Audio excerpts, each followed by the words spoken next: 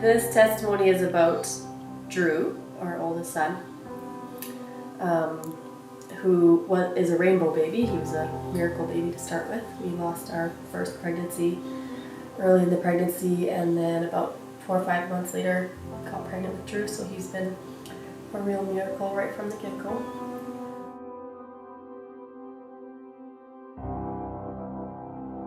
I guess this story starts on, it was November 5th, 2018. So we got to go to Phoenix with our friends, and we rented a home with a pool, and just ready to have a week of taking it easy. Drew, of all of our kids, he is by far just the most cautious kid. He loves to be obedient and he's just like a little rule follower. He just... As if he's a teacher's son. Yeah, as if he's a teacher's son. Yeah. Never would have expected for something like this to happen. It really changed everything for us. We had been there about maybe 7 or 8 hours. It was the first day of kind of unwinding, and we got out at the pool probably around 8. Yeah, and it was just Jeff and I and Drew and our friend Justina, and the other kids were all sleeping and just playing in the pool, having a good time. And at some point,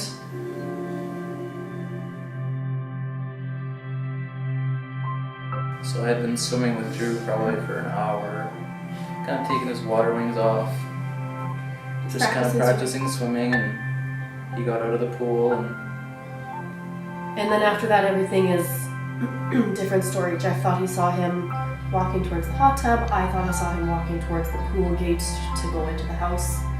And then there's about 4 or 5 minutes, we're guessing, where we don't know what happened. So our friend actually asked, where's Drew? Which is just still such an amazing miracle in itself to me, that she was prompted to ask where he was. So it was a small pool, there was 3 adults, there was only 1 other child, there was no distractions. No, I was in the pool. Jeff was in the pool. He didn't make a sound, there was no splash, there was no struggle, nothing like that. She said, where's Drew? And that's when I saw him at the bottom of the pool, and he was just at the bottom, just a little bit behind Jeff. So I went down and grabbed him, brought him up. The slope of the pool was really steep, so Jeff couldn't get a footing, so I just remember him coming up with Drew and kind of going back under a couple times and just screaming for him to give him to us. And he got him to us on the side of the pool, and he was just lifeless and blue and limp, and I was just over top of him by his face, and Jeff was by his feet, and our friend went to call 911 immediately. And another miracle, our address for the rental was just on her phone, just waiting. As soon as she opened up her phone, it was just there, which is such a miracle because we didn't know where we were. We're just at a rental in Phoenix. To be able to give 911 the address fast was another miracle. And as soon as I came out, Savanna was on the side of the pool praying in tongues, and it was just hit home that this was a battle and it was time to go. Started praying in tongues anyways, which is such a funny thing too. There's so many things, and since we've been back, we've talked about it. The story he was weaving before it all, and that's something that we've really come to know, is that he knew this was going to happen. He had a plan for it, and that's been very comforting, and it's changed my perspective on that he has a plan for us, a good plan for us. And but that the Wednesday before we left for the trip, and I was just talking to Pastor Charlotte about speaking in tongues, and it's always been something I've just been really curious about since coming to Victory. It's been a really big change for us, and a beautiful change, but just so polar opposite of how we were raised and the teachings that we got as when we were young. I never really understood why was I speaking in tongues? Why was it so important? And her and I were just talking about that, and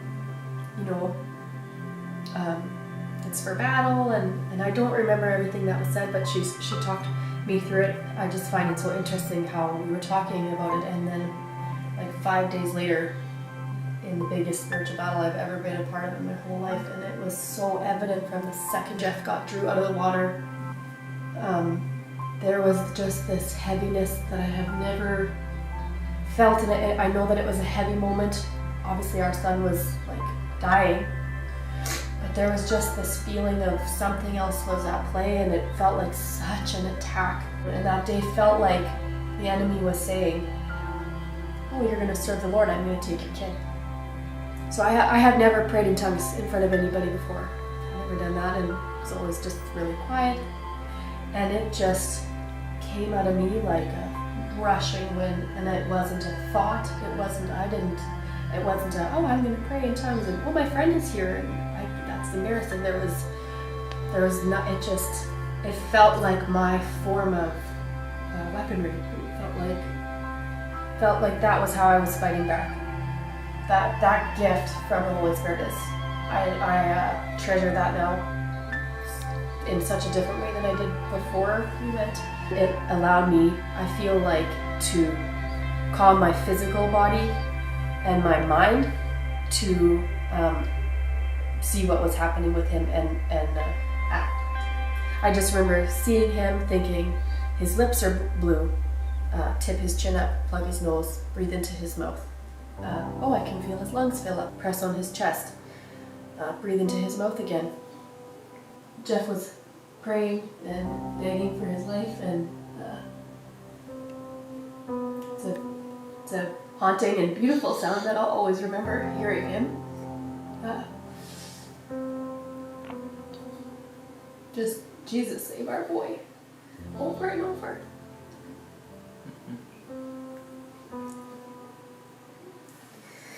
And then he opened his eyes.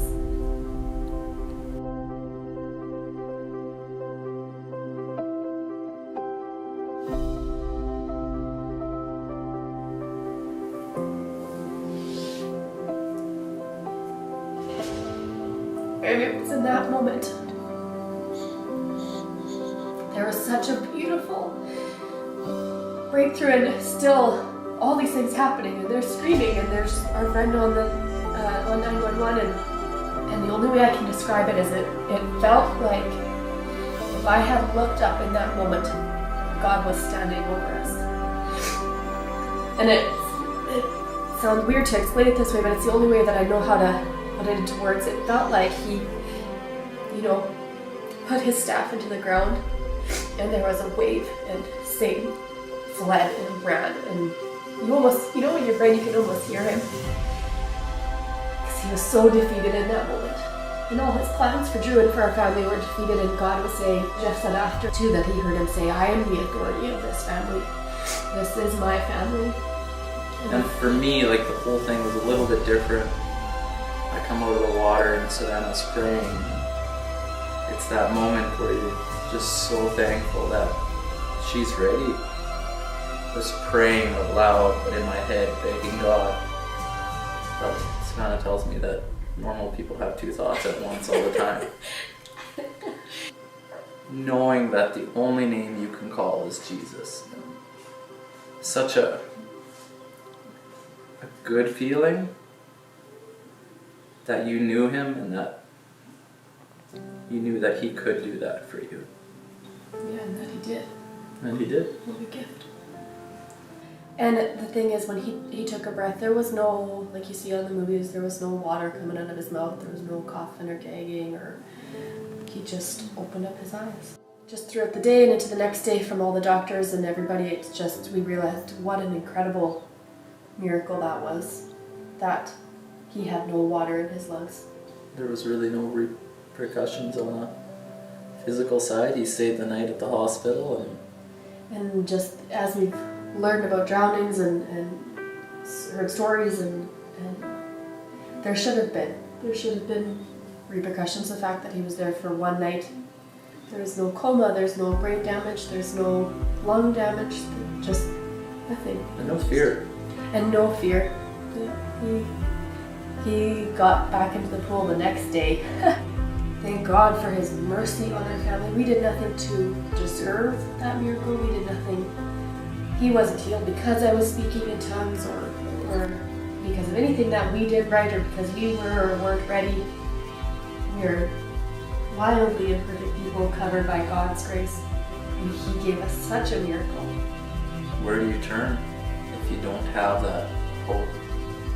He's such a hope, and he's such a friend, and he's such a comfort, and he's your protector, and all these things, and he's always ready for you when you need him in any kind of situation.